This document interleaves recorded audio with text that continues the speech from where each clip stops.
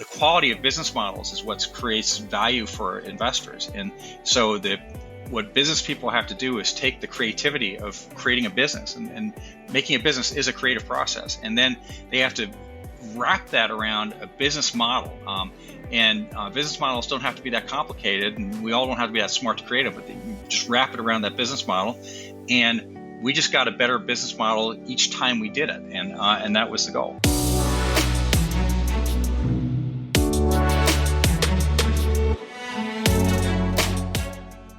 Welcome to Entrepreneur's Handbook Podcast, where we share inspiring startup stories with practical takeaways for you, the listener.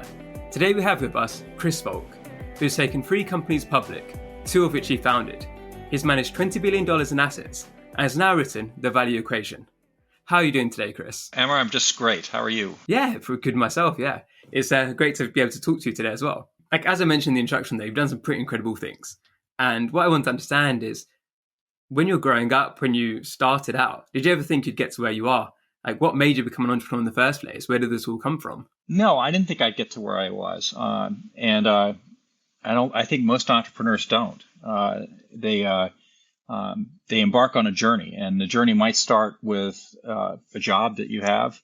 And somewhere along the line, if you get into leadership, a lot of entrepreneurs perhaps think, well, maybe I should try this myself. I should go out on my own. And I left a perfectly decent paycheck from a company to get no paycheck and start a business on my own. And in a way, it was kind of a bucket list thing. You know, you want to go through your life and you want to look back and say, I did this. I created a company. And had I failed, I would have done what every other person would have done, which is go get another job and save money for retirement and do all the things that people rightly do. But fortunately, I was successful in my first startup, and I did another startup, and that was successful. And then I left that and wrote a book. I think that's interesting there is what I hear quite often is it's about what you're going to regret more, right? And would you regret starting your own business, and even if it failed, at least you tried, and then you go back and do whatever you were doing, and that's not a problem.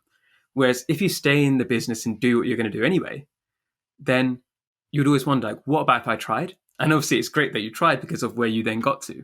But what was that first idea you had? What was the one that made you quit your job and start that first business? Well, we live in a day of specialization, I think, where it really helps if you have a knowledge base. And people, in a way, we all invest in ourselves. I mean, investments are what generate income. And the first investment you ever make is in yourself. And the first return on that is a paycheck. And the people that get to be really rich are the people that are starting to invest outside of themselves. I mean, they're making investments in companies, things, collectibles, real estate, or whatever. And so I wanted to be able to create a business and to start that out and to have the opportunity to create a business. And in doing that gave me autonomy and gave me freedom. It elevated my personal satisfaction to be able to take that path. What was the first business you did? So the first business was a business that owned real estate that was leased to people on a long-term basis. So what I had done, and I think most people that are entrepreneurs do this, they take the sum of their experiences and they try to use them. They're taking this investment they've made themselves and they're trying to use it to do future things. I mean, everything is kind of a springboard from something else, right? And so the first company that I had led and taken public was a company that invested in chain restaurant real estate that was growing very rapidly in the United States in the early 1980s. And it would rent it to franchisees who otherwise might have chosen to own the real estate, but elected to rent it. In a way, I spent a big chunk of my career convincing business people they were way better off having a landlord than a banker. And part of the benefit of this was when we put out the $20 billion to all these businesses for their real estate and had them as tenants, we were able to produce a lot of millionaires, or help produce a lot of millionaires. I mean, they did all the work, but we were able to give them a capital solution that helped really create some wealth for them and for the people that work for them. And at the same time, we were able to build businesses ourselves that created a lot of wealth. And that's what kind of gave me the perspective to be able to write a book and say, okay, what do all these things have in common? I mean, seeing all these companies that we've been not only part of, but also financed, what do we see these things have in common? And so when I started the first company, it was also involved in real estate ownership and renting, so sort of a finance company. We changed the market that we went after, so we changed the real estate types up a little bit, and then the second company we got it even more specific. So each of the first two companies we sold, and the third company is still public, although it's being sold right now to the pension fund of Singapore, GIC. Ah, interesting. So, what did you learn like between the different startups? Because obviously, some people want to start one business and hold on to it forever. Some people just want to flip it. But I feel like with you, it's an evolution. Like each business, like you said, like it was slightly more niche than the last one or a different area. So, what made you kind of start these new businesses? Was it a new challenge, or what was the motivation there to become a serial entrepreneur? All businesses solve problems, and the best businesses solve pretty big problems that tend to be global. You know, the problems we solved weren't really global; they were more national in the United States. So we would make investments in nearly all 50 states with hundreds and eventually over thousands of customers, and so that was the problem we were solving, and we knew that they needed money. I mean, for their real estate. So it was out there. I mean, and we knew that we had a way to do this that was not a way that other people had done it. And each iteration, when you start a company, each time you do it, you're going to get better at it. I mean, you'll make decisions that are based upon what you used to do. So by the time we did the last company, we're managing 1.5 to 2 times the assets that we did in the first company, but with half the people, or less than half the people. And so we ended up with a much better business model in the last company than we did in the first company. And the quality of business models is what creates value for investors. And so what business people have to do is take the creativity of creating a business, and making a business is a creative process. And then they have to wrap that around a business model. And business models don't have to be that complicated, and we all don't have to be that smart to create it, but you just wrap it around that business model.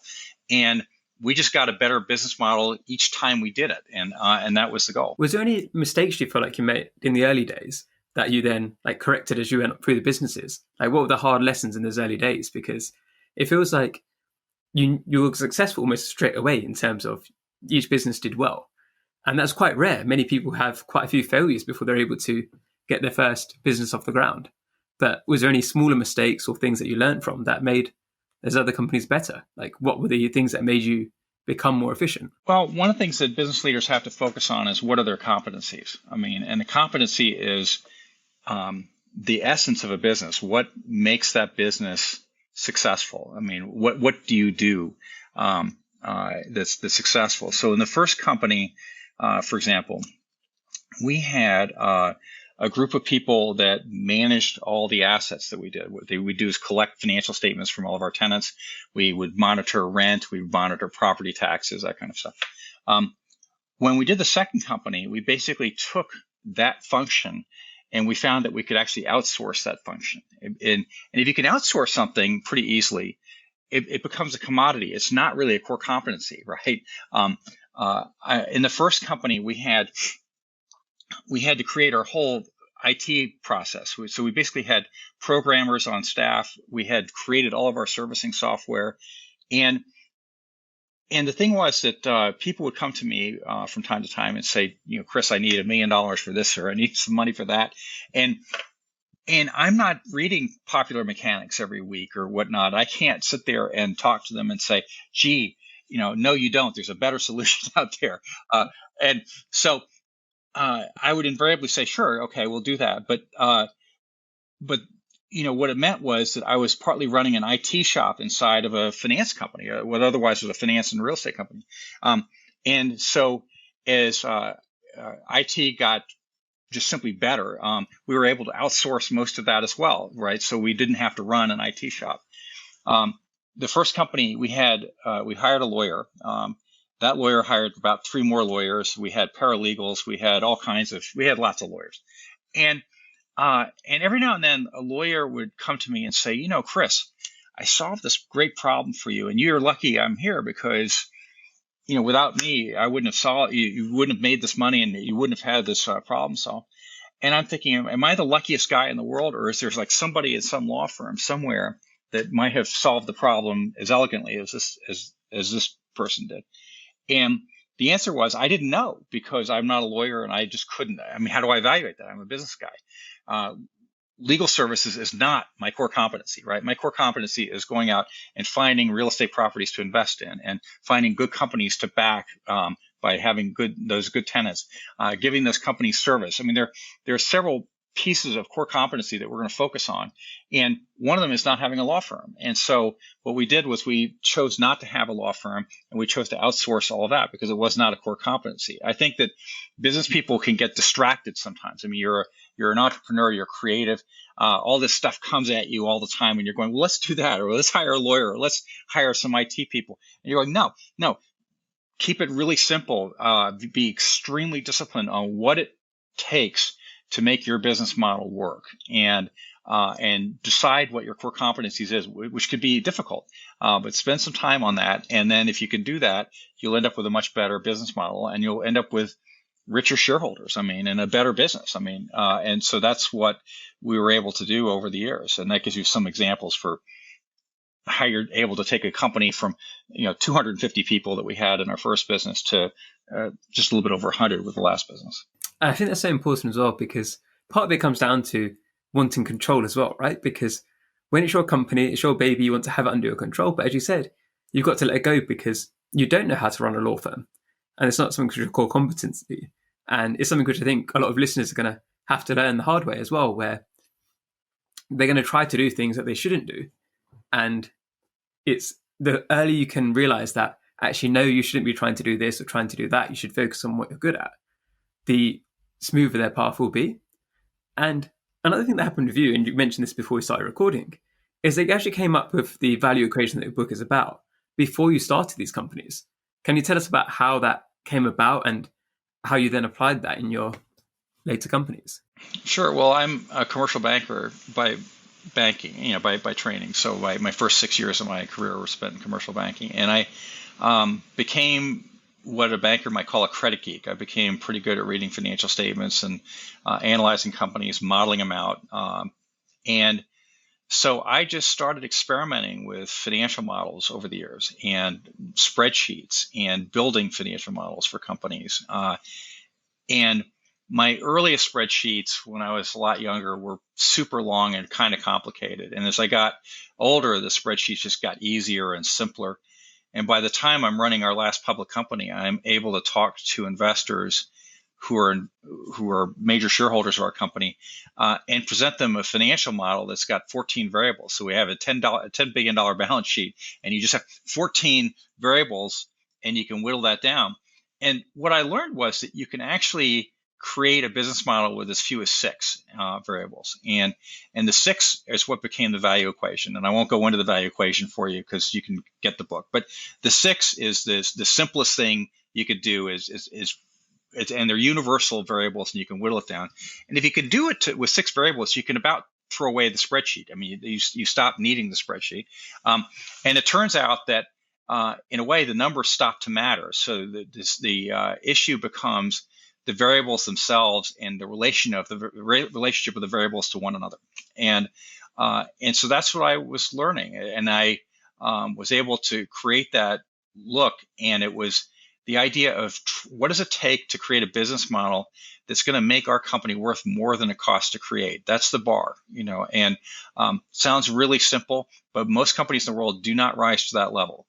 And so I'm a big believer, if you can do that, then really that extra value goes to shareholders. That's what really creates wealth from thin air, and only companies can do this. I mean, they're able to create this wealth wholesale, which is what makes company founders pretty wealthy. Whereas if you're an investor investing in the stock market, you're really just buying retail. So and so the question is, how do these wholesalers really make the money? And it's by having super business models, and there are other things to it too, but the business models are absolutely foundational. And so I spent a lot of time focusing on that. I created the value equation in about 2000, wrote an article on it, won a big award, and then over the years, I've written lots of other articles and disclosed it to shareholders, and then ultimately wrote a book. How was the process of actually writing the book itself? Because if it's an idea that you've had for 22 years now, I'm guessing it's very close to your heart and it's very important to you. Was it difficult to go through that process of writing a book? Well, the book started with a video series. So when I'm leading the last company I led, I created a video series, and it was 10 courses on video. The classes weren't all that long, and then we did a seminar, video seminar, and I had a publisher look this up and said, "Well, how many words are in this?" And this is pretty cool. Maybe you could turn it into a book. And so that's basically how it started. And I hadn't really intended to write a book at the outset, but then the video series kind of gave way to that. And writing a book is so much different than doing a video series, because you need to really put in a lot of stories. So the book's got a lot of stories in it, which kind of drive home what the equation is and why it matters, and how it can sort of help you craft a business that is more likely to create shareholder wealth for both the founders and all the employees and stakeholders that work there. I also want to go back to the thing you said about what a successful company is, where it's just creating more value than it costs to create it, right? And the interesting thing is, it comes to my head straight away of all these different companies maybe raised tens of millions, hundreds of millions, that then fold or never make the money back. Like we had, as we were recording this last week, FTX collapsed. Yes. And what they wrote, I think Sequoia wrote off over 200 million, and like they had billions invested in there. And did it ever actually make that money back for their investors? Not even close. No. And sometimes, like you said, things can be overcomplicated. And it's like, how does a company actually produce value that's realizable, that's plausible as well sometimes? Because sometimes I think everybody gets run away by the hype trains as well. And you're using your value equation to pick the companies you're going to work with the real estate as well, right? And how many companies pass that test when you're looking at them about whether they could create value? Was it something which is quite common, or is it something which actually most businesses you looked at, you thought, actually, no, this isn't right for them? Well, I think most businesses in the world are really vehicles for people to have self-employment and autonomy. There are people that create a business. They go to work every day. They enjoy being part of the business. It makes a living for them. They draw a paycheck on it. The business ends up not really ever being worth more than it costs to create. It's a vehicle for just job creation, not value creation, not wealth creation. And so that's most businesses. And then you have the businesses where you can actually create a business that's worth more than what it costs to create. In the United States, there are 4,000 public companies. So that's it. And then the rest of the companies are all privately held companies. And they don't have the luxury of FTX to run at a loss. They can't be Tesla and run for 10 years with negative EBITDA as a public company and have that loss funded by other shareholders, right? Who are doing what? They're banking on a business model that doesn't exist yet. I mean, nobody really knew when Tesla was early on getting started. There was conjecture as to what the business model might look like over time and what the opportunity was. But people were buying into the speculation, the momentum, the hype of the animal spirits, as John Maynard Keynes would say, of being able to invest in a company like this and be a part of that. Your average business, whether it's in the U.S., UK, or anywhere else, doesn't have that luxury. It has to actually throw off cash flow. I mean, otherwise it can't get lenders. I mean, nobody's going to lend money to any company, or you're going to have a hard time getting investors in a business that doesn't have some ability to have some cash flow. And so the value equation is based upon looking at companies and sort of dissecting their business models, and you're looking at companies not on a hype basis, but like really on a business model basis, which is what Warren Buffett would do if he's looking at a company. I mean, trying to understand how does this thing make money. It's why Warren Buffett was a shareholder in our last company. I mean, we were able to sell people like him and other people that understand business models why our company made sense to buy stock in. And now today in the marketplace, you have people loading on to companies that get hyped up, and these are not companies that Warren Buffett would buy, not because he doesn't like the business, but because he doesn't really understand the business yet, because there is no business model, right? So so for all the people that are entrepreneurs out there, they really have to have a business model and that's in mind, and this is what generates wealth for the vast majority of people. I mean, you look at the Forbes 400 list of richest Americans, without exception, every one of those people owe their fortune or their, to either they or their family having started a business.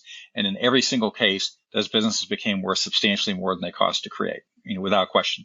But you don't have to be anywhere near the Forbes 400 to be extremely wealthy, either. And I'm not anywhere near the Forbes 400, but, I've done fine. And the whole thing, though, it centers on being an entrepreneur and creating a company that's worth more than what it costs to put together. Obviously, now that you've created several successful companies, you've written a book, like you said, you've done well financially. What keeps you motivated today? What excites you? What do you love doing now? Well, this is partly a passion. I mean, doing this and explaining this to you and trying to get other people to understand how this all works. I mean, there are lots of books that have been written on how people get rich. And all those books tend to center on very important things like limiting your debt, limiting your monthly expenses, setting aside savings so that your money can start to work for you. And all that stuff is very important. But probably 2/3 of the millionaires that are out there made their money in business. And there is no book that I know of on how businesses create wealth. So this could be the first one. And I think that it's pretty important for people to understand, because if you're an entrepreneur and you're understanding this, then it really elevates your chance to be able to create a business that's going to be worth more than it costs to create. If you're not an entrepreneur, you're looking to accept a job with a company, it might help to really understand, does this business model make a lot of sense? Because if it's a great business model, you're going to get a better paycheck, you'll have better career advancement, you're going to probably have good resume material. If you're an investor, it makes sense to look at business models when you're making long-term investments, just buying stocks. So there is no book that does that. So I wrote the first one, and I'm very passionate about the subject. Like, one of the things you mentioned in the book as well about is other people's money and how that helps people to build the businesses that they want to build and create that value. Could you talk a bit about that? Like, she's mentioned that there's obviously different ways to do it, right? There's equity, there's debt, there's different types of that as well. How can people listening right now know what the right path is to take? Right. So in the book, there are 6 variables in the value equation, and one of them is basically other people's money. And other people's money refers to amounts that you borrow or take from other people, where you have to pay sort of an interest or rent number on them. So it could be bank loans. It could be that the company that I ran bought the real estate that you use, and you pay that company rent. So basically, that company I ran showed up with all the money for your real estate, so you didn't have to do it. And you look at companies that lease, they could be airlines leasing all their aircraft. I mean, the people that own that aircraft are providing capital to the airlines. And so that's other people's money. So I try to stay away from financial things like debt and equity and stuff like that, and focus on what's other people's money.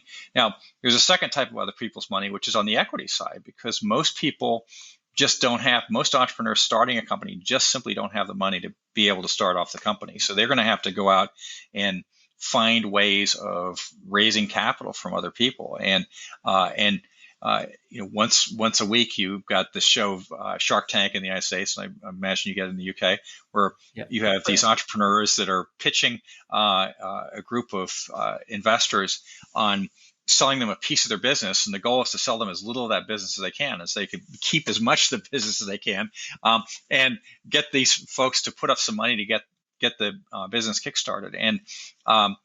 And so you have people raising capital on a local basis, just like that, where you could have sellers of business taking back notes, or you can have other ways where other people are helping you finance the equity of the business. Since most entrepreneurs that start life don't have money. I mean, Elon Musk graduated from college and couldn't have had any money, and in 4 years he created a company and sold it for $400 million. I mean, he's obviously the exception. He's a massive unicorn, but Larry Page and Sergey Brin were doctoral students at Stanford when they started Google. And, they were students, but they created a company and they had an idea. And the interesting thing is, you create these companies, you've got an idea that's a brilliant idea.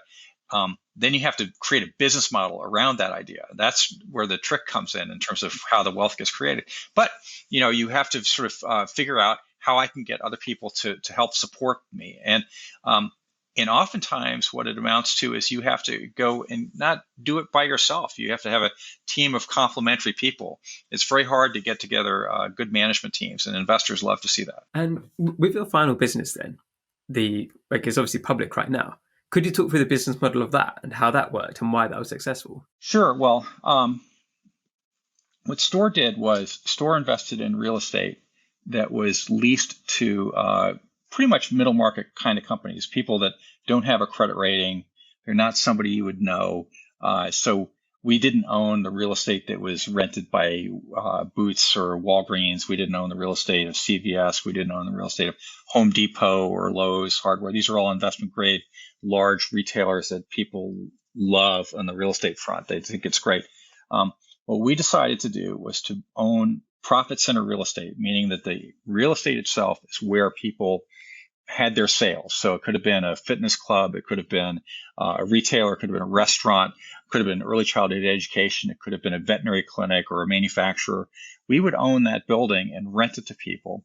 And what they would do is they would give us the property level profit and loss statement every single month, or every single quarter on the property. So we knew how well these properties were doing, not just how well the companies or the tenants were doing, but how well the properties were doing. And since we owned the real estate that was central to the money-making ability of the business, if we owned profitable or profit-making real estate, then we were senior to every other creditor in the entire company. So notwithstanding the fact that we had these creditors, these tenants that didn't really have big balance sheets in the traditional banking type sense, we were senior, and that made our credit much better. And then there was an economist named Harry Markowitz, who was a father of modern portfolio theory, who basically said that diversity is a free lunch. You don't put all your eggs in one basket. And so if you have a super diversified pool of this kind of stuff, then what you're able to do is create kind of an investment grade pool with no investment grade tenants in there, right? I mean, which is what we were able to do. And because our returns were so much higher than they would have been had we chased after investment grade tenants like Home Depot or Lowe's or whatever, then basically on a risk adjusted basis, we could just knock it out of the park. We could make much better returns than you would otherwise make if you were trying to chase after those kind of glorified pieces of real estate. And so we were able to just create better value. And so then investors like Berkshire Hathaway or Warren Buffett, understood the business model. I mean, they got it. They got the fact that we were going to just generate higher rates of return on this. And meanwhile, we had condensed our employee. We focused on our core competencies, on what they were. We limited those core competencies down to just 5 at the time, and we just focused on just making those better. We made our business model better. Our profit margin was something like 95%, our operating profit margin. So it was massively huge. And so the idea was that here we are buying real estate. We're not taking any development risk. We're taking no entitlement risk. We're not buying raw land and building anything. And yet we beat all the benchmarks for all the returns for, against companies that did that kind of stuff without having to do it, because we created a business model and focused on a niche that was not being addressed properly. And looking at those businesses that were renting out your real estate, did you find any trends that were interesting to you about who was doing well, which areas were doing well? Did you find any trends in that regard? Well, we focused on, I just love businesses where they were broad-based industries. I mean, I love things like childcare, for example. I don't think childcare is going anywhere. People have to drop their children off and they have to be cared for. And when childcare establishments run into financial problems or they go out of business, it's invariably a result of just poor management. I mean, which just happens. I mean, you have a poor company running a business, but it's not like it's a secular thing where all childcare is having a problem today. Restaurants are the same way. I mean, if we could have tons and tons of chain restaurant operators, and every now and then somebody would go out of business, and it was almost always a management issue, or something had happened to their individual business model. But it wasn't like all restaurants were now riskier. So I think that sometimes that risk isn't just with the tenant, but it's also with the industry that you're focusing on. I mean, if you're doing veterinary clinics, I mean, they're just, people want to take care of their pets. I mean, and there are only so many veterinary clinics out there. I mean, and so you're dealing with a broad-based business. And by the way, there are no investment grade players in childcare or veterinary clinics or early child education. I mean, these are in the United States, these are super fragmented industries. And what's been happening with these, and by the way, a lot of other industries, is that people have been consolidating some of this stuff. So it could be building supply people, or whatever. And so these things get bigger and bigger and generate efficiencies by having that level of size. And sometimes if you're leaving your child with some childcare facility, they'll have a name on the door, and that name has never changed for years, but now it's actually owned by some other company that actually operates childcare facilities in other states and whatnot. And these would be tenants of ours. And so we've seen that kind of expansiveness throughout the United States, and that sort of level of entrepreneurship, and focused on, my favorite is just focused on broad-based industries that are less likely to have secular issues. When you get into there are other industries like convenience stores where people are buying gasoline or petrol, and in the wake of electric cars, there are going to be some of these are going to be impacted, and one has to be mindful of that. If you're investing in movie theaters, will streaming impact them potentially? Doesn't say you don't do some movie theaters or some convenience stores, but you have to be very, very thoughtful about how you're doing this stuff. I actually think that even doing pharmacies, I mean, whether it's a Walgreens or a CVS, I mean, as people are looking at trying to control what they spend on pharmaceuticals and whatnot, they're going to try to increasingly cut out middlemen, that kind of stuff. So you're always just looking at trying to sort of see where things are going, because they happen, and you want to try to manage that risk. You said a lot of these problems come down to management issues, and obviously you yourself has managed such huge companies. What have you learned about being a leader that's enabled you to manage these companies so effectively? So I said one is focusing on your core competencies, but what's your leadership style in terms of how you treat people, in terms of the delegation you give to your teams as well? There are lots of different types of leadership, and there's no one, right way, I think, to lead, but there are some basic fundamentals, and I'm a big believer that you start off with trying to think about what you're trying to accomplish and where you want to focus your time, because time is your most valuable commodity. And that's where you get into trying to hone down your core competencies. And then you're getting a leadership team of core leaders to buy into that. And most likely once a year, you're doing a leadership retreat. And sometimes you might do a company retreat where you're having lots of people talk about what they're good at, what they're not good at, and what the competencies are, what's going right and what's going wrong, because these things change, and Peter Drucker devised this thing called management by objectives years ago, and I'm kind of a believer in it. But a lot of these things tend not to work in companies because people don't focus on the big problems, and they don't focus on really what the core competencies are, which pervade that. You have to sort of avoid all the silos. So you have to avoid all the departmental silos, because the core competencies encompass the entire enterprise. And so it's just really important to have those really hard conversations and those hard decisions.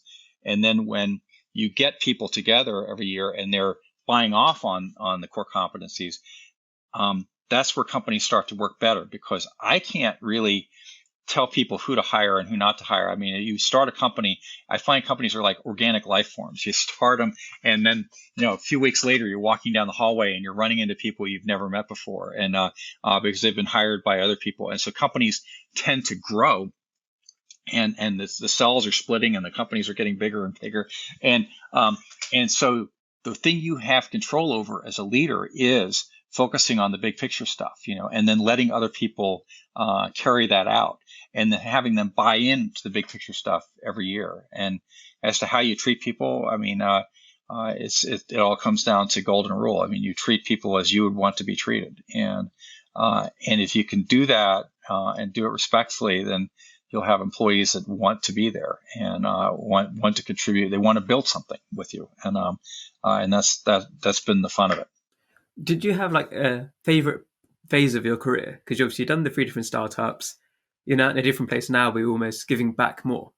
And in many ways, I could just tell earlier in the interview when you were talking about that, about how passionate you were about kind of passing that knowledge on, about you've had the different success you've had. But would there ever be another startup for you in the future? Or do you think now you're more focused on guiding other people? I haven't ruled a startup out, but I don't need the money. And I've done the startup, so I don't have to. Doing another startup's not going to add to my personal life satisfaction. My life satisfaction started really with the first startup, which is just, can I do this, and I could, so if I do another startup, it's going to be for a specific reason. I am helping other companies out, and I expect to sort of, be engaged with helping other companies out. In the meantime, I'm talking to university students and others about this path, because really, when people get out of university, they don't really, by and large, know how to read financial statements. And I would find that we would hire people, we'd have to sort of instruct them how to read financial statements. They can calculate a net present value or an IRR. They can focus on finance, and they kind of know how to do stuff. But none of them have gotten up at a high level, at a big picture, and looked at a company and say, well, how did this thing create so much wealth? Like, how did Larry Page make so much money? And the answer is it's not super, super complicated, and it all sits down in the business model. And so my goal today is to sort of get people to sort of look at companies from a higher level, a different perspective than is taught in graduate school or undergraduate school when it comes to business, and to give them a different device to use. And so that's what the value equation hopes to do. Do you hope someday that the value equation itself is actually taught at university? So let's say in like 50 years' time, where it's part of almost the education, where every graduate, everybody who wants to study business, some days learns that value equation, learns how to read financial statements the right way. That's my hope. And what I'm doing today is I'm working with a few universities to potentially get this done at a sort of a capstone course level. I mean, when you're taking these graduate studies, a lot of times there's a final course that puts a lot of this stuff together. I mean, and again, going back to sort of Peter Drucker, Management by Objectives, when you get into management by objectives, the objective is to create value. I mean, and every company, if you're re-engineering, there are books on corporate re-engineering the business and stuff. If you're re-engineering a business, the reason you're doing it is because you're trying to improve the business model. I mean, there is one overriding reason why all this stuff gets done, and at the end of the day, it comes down to 6 variables, and those 6 variables are part of 3 corporate efficiencies. So companies have to be, operationally efficient. They have to be very efficient with the assets they use. So they use as few assets as they can. And then they have to have a capital stack, which is the OPM equation, that's super efficient. And business leaders have to harness those 3 efficiencies and those 6 variables. And that's what management by objectives is all about. That is the objective. Looking at universities and what people are being taught, is there anything else that you wish that people who came to you, they knew beforehand, or people starting businesses were taught rather than making the same mistakes that a lot of people then make? Well, a lot of times people, I find, get out of school and they've studied business, they've studied finance, for example. They've not had to write many papers, and their critical thinking skills are limited. When you're an entrepreneur, entrepreneurs tend to have, or they tend to develop, pretty good critical thinking skills. And part of being an entrepreneur is coming to the acknowledgement that the world is a fairly ambiguous place, and that not everything works like it's supposed to. I mean, what they told you in finance class doesn't really always work, and the markets are not as efficient as people think they are. And I mean, if they were as efficient, why would we be beating the broader benchmarks over a long-term period of time with tenants that are less interesting than the investment grade tenants? I mean, why would that happen? I mean, it's because they aren't that efficient. I mean, and so you have to have people that focus on this and stand back. So it requires an analytical framework. And sometimes when I'm looking at business students, I sometimes think that they'd be better off taking a philosophy class sometimes, or studying some Shakespeare, because, and certainly, I mean, you studied economics, so economics is terrific because no economists agree on anything. So, and that's perfect, because in the world, that's how the world operates. There's a lot of issues in terms of things just not working as they're supposed to. And then the final thing is that I find that people out of schools probably could be taught better communication skills. I mean, how to sell, how to get people excited about investing with them, how to close a deal. And there's not enough of that happens at the education level. I think it's interesting there what you said about economics as well, because one of the things I think a lot of people miss about economics, they learn the models, but they forget about, we're always taught the assumptions, right? So this model has these assumptions, and those assumptions are never true in the real world. And that's where the fun comes into, is, okay, so if this assumption isn't true, then what happens to this model? And when you start thinking in that way, that's where economics can be useful. If you're trying to take the perfect competition market, let's say, like you said, where capital is allocated perfectly, then you shouldn't be able to beat the market. But like I said, capital isn't allocated perfectly. There are all these different ways you can arbitrage where things are overvalued and things are undervalued. And that's where you can make a difference. But it comes down to the idea, like you need to challenge those assumptions that a lot of people's models are based on. And in that way, you can then generate that extra return. Well, the other thing that's so important in economics is behavioral economics, right? And behavioral economics basically disrupts all the models. I mean, because people don't act rationally, and that was basically the foundation of Kahneman and Tversky studying this stuff. People just don't behave as you expect them to, and a lot of economic models are based upon rational behavior. I mean, so now you have these people. I mean, who've won. Kahneman won a Nobel Prize for this, and he's not even an economist; he's a psychologist. So, because that's such an important part of it, and I find that's true in real estate. Like, just hypothetically, I mean, people. There's this notion that somehow I know a good piece of real estate when I see it, kind of thing. I mean, because everybody thinks they fancy themselves an expert on real estate, and so they'll look at a glorious building in downtown London or whatever, and they'll think, well, this is a marquee piece of real estate. This is a franchise piece of real estate. Whoever owns this must be the luckiest person ever.